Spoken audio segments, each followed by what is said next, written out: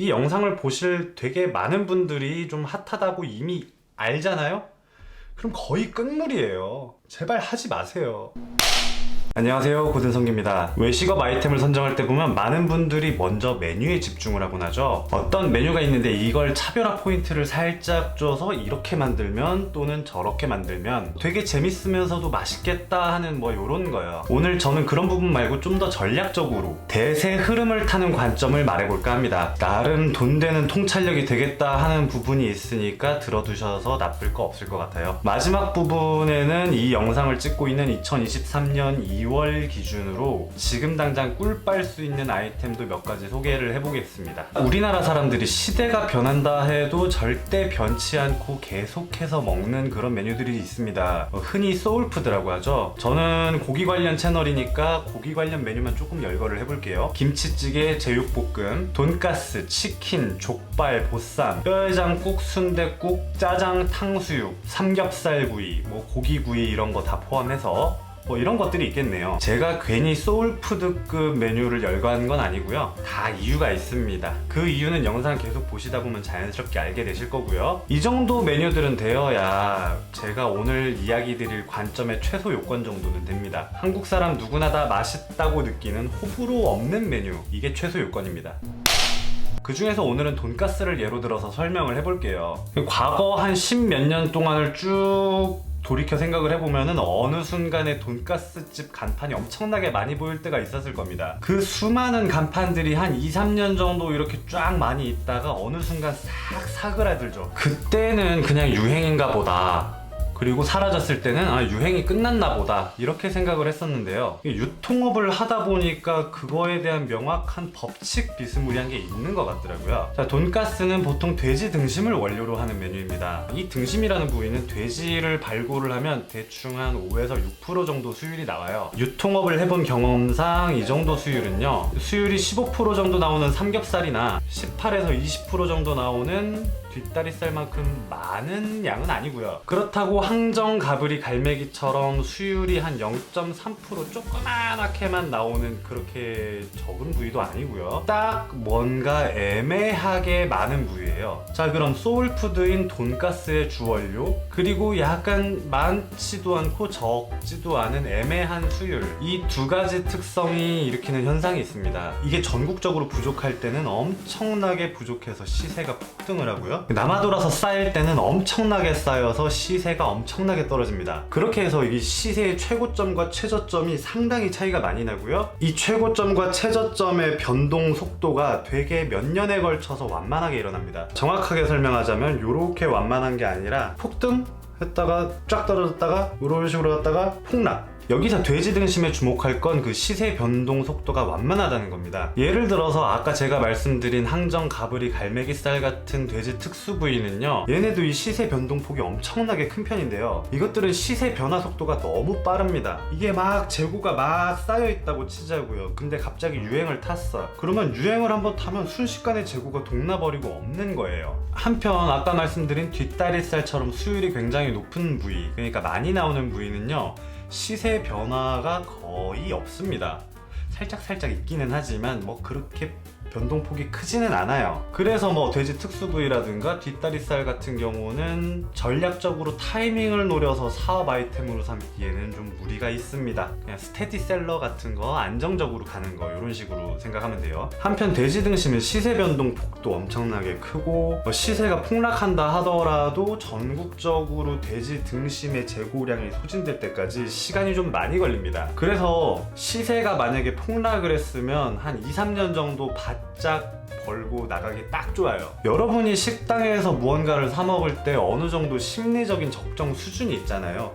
그 메뉴의 적정 수준 가격은 유지하는데 원료비는 엄청나게 싸지는 거니까요. 그래서 원료값이 폭락을 했을 때 그 사업 아이템에 들어가면 굉장히 사업이 편해집니다. 그래서 제가 아까 처음에 말씀드렸듯이 어느 순간 돈가스 집이 확 늘어나고 한 2, 3년 있다가 확 사라지고, 이것들은 정확히 말하자면 유행 때문이 아니라 시세 변동 때문입니다. 제가 처음에 소울푸드급 메뉴 정도는 돼야 그 최소 요건이 된다고 했잖아요. 이게 바로 그 이유입니다. 유행을 타면은 시세가 요동칠 정도로 호불호가 없는 사람들이 아주 많이 먹는 메뉴여야 되거든요. 자, 여기서 조금은 안타까운 사실도 하나 말씀드릴까 합니다. 이 국면에서 다 같이 돈가스를 취급한다 하더라도 누군가는 돈을 벌 거고요, 누군가는 있는 돈마저 탈탈 털리고 나서 나앉을 겁니다. 또 이 흐름을 한번 말씀드려 볼게요. 자, 먼저 똑똑한 사람들이 돼지 등심 시세가 폭락했다는 걸 알아챕니다. 그리고 돈가스 프랜차이즈를 기획을 해요. 그럼 당연히 그 마진이 되게 좋겠죠. 그렇게 초반에 들어간 사람들은 돈을 꽤 많이 벌게 됩니다. 짭짤해요. 근데 문제는 오늘 제가 말씀드리는 현상을 이해하지 못하고 그냥 주변에 돈가스가 돈이 된다더라, 유행이라더라, 대박 아이템이라더라, 단지 그것 때문에 들어가는 창업에 내몰린 사람들입니다. 이 사람들은 뭐 사업을 하고 싶어서 하는 게 아니라 뭐 퇴직 같은 그런 이유로 창업에 내몰리는 사람들 있잖아요. 이제 그런 사람들마저 돈가스가 돈이 된다는 걸 알 정도면 단물 쭉쭉 다 빠졌고요.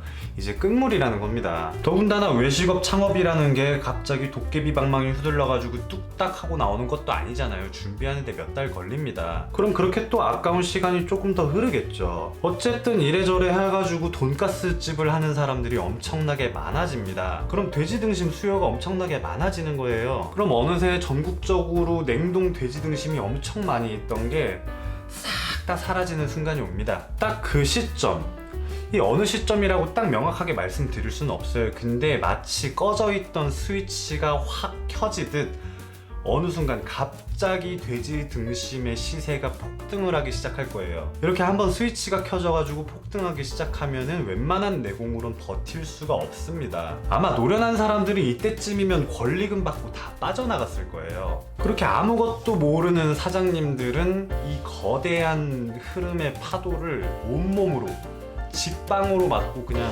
버티고 버티다가 폐업을 하게 됩니다. 이쯤 되면 뭐하고 되게 좀 비슷한 것 같은 느낌도 들죠. 뭐 작전주와 개미 뭐 이런 느낌 안 드세요? 어쩌면 세상 돌아가는 법칙이 다 비슷한 건지도 모른다는 생각이 듭니다. 지금까지 돈가스를 예로 들어서 설명을 드리기는 했는데요. 뭐 돈가스, 돼지 등심만 이런 거는 아니고요.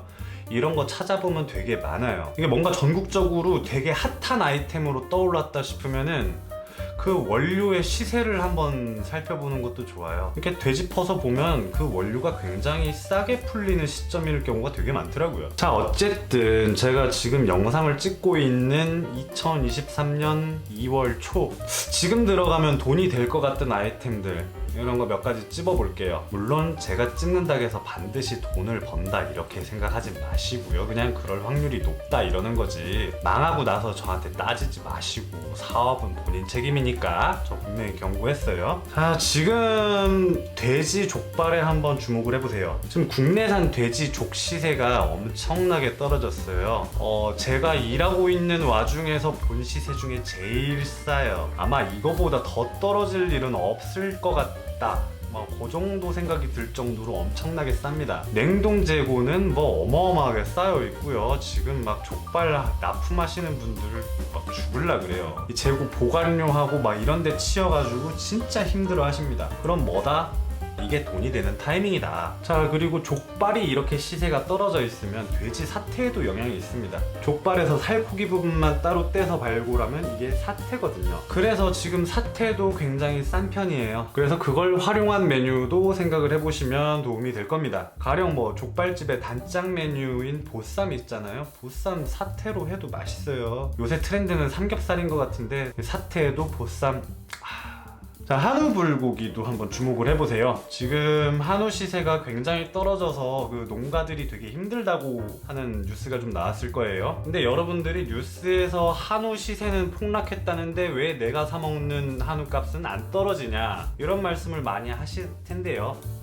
그거는 여러분들이 구이용만 사드셔서 그런 겁니다. 구이용은 모자라요. 남아도는 건 국거리, 불고기 이런 것들이에요. 얘네들 시세는 엄청나게 떨어질 거고요. 구이용은 그냥 웬만하면은 시세가 보존될 겁니다. 불고기, 아니면 뭐 샤브샤브 이런 메뉴에 한번 주목해 보시는 것도 좋아요. 한편 수입육 중에서는 부채살에 한번 주목을 해보셨으면 좋겠어요. 이 부채살이라는 게 구이용으로 상당히 맛이 준수한 편인데요, 이상하게 구이용 치고 말도 안 되게 싸더라고요. 이걸 갖다가 어떤 메뉴로 활용할지 저는 잘은 모르겠는데요, 그건 뭐 장사하실 분들이 고민해 보시고 시세 조사해 보시면 아시겠지만 진짜 말도 안 되게 쌉니다. 근데 부채살 같은 경우는 좀 조심하세요. 이게 시세 변화가 좀 들쭉날쭉이 심한, 그리고 좀 빠른 편이라서 장사를 지금 노리고 들어간다고 했을 때 좀 힘들 수 있어요. 그러니까 좀 조심은 하시고, 요거는 지금까지 지금 영상을 찍는 시점에서 좀 돈이 될 만한 아이템들 몇 가지 소개를 해봤고요. 지금 영상을 보시는 시점이 만약에 2023년이 지났다, 좀 오래됐다 싶으면은 아이템 새로 알아보시고요. 그냥 저는 예를 들어서 이렇게 얘기하는 거니까요.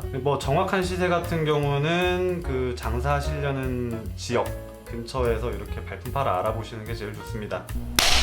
오늘 내용은 사람들마다 좀 받아들이는 관점이 다를 수 있다고 생각을 해요. 누군가는 뭐 타이밍 잘 노려가지고 한탕 딱 치고 나가자 뭐 이렇게 생각하시는 분들도 있을 것이고요. 한편 누군가는 뭐 한탕주의까지는 아니더라도 뭐 기왕 하는 거 추세를 따라서 쉽게 가는 게 좋지 않겠냐 뭐 이렇게 생각하시는 분들도 있을 것 같고요. 다만 제가 오늘 이렇게 말씀드리는 이유는 주변에서 막 이렇게 핫하다는 그 메뉴 이런 것들 있잖아요. 이런 게 있으면 제발 이 영상을 보신 분들만이라도 창업을 할 때 그런 아이템은 한 번 더 고민을 해보셨으면 정말 다행이고, 오늘 제가 이 영상을 찍은 보람이 아주 많겠습니다. 보통 그러니까 이 영상을 보실 되게 많은 분들이 좀 핫하다고 이미 알잖아요. 그럼 거의 끝물이에요. 제발 하지 마세요. 뭐 그때부터 이제 내리막길만 찍을 거고, 이거 뭐 단물 쪽쪽 다 빠지고 그걸 왜 들어가요. 제발 좀 뭐 할 때마다 좀 안타까워요. 막 사장님들 뭐 새로 창업한다고 막 상담 오고 그러는데 그래요, 좀 많이 안타깝습니다. 그런 메뉴 들고 오면 조금 말리고 싶은데 내가 뭐 무슨 그런 거 갖다 또 말려요. 또 장사하는데 저주하는 것도 아니고 내가 그럴 순 없잖아. 식당 한다는 거가 진짜 그 자기가 지금까지 모았던 돈들 어떻게 보면 날리는 거 되게 한순간일 수 있으니까 되게 고민 많이 하시고 들어가셨으면 좋겠고요. 지금까지 영상 시청해 주셔서 감사합니다. 지금까지 고든성기였습니다. 감사합니다.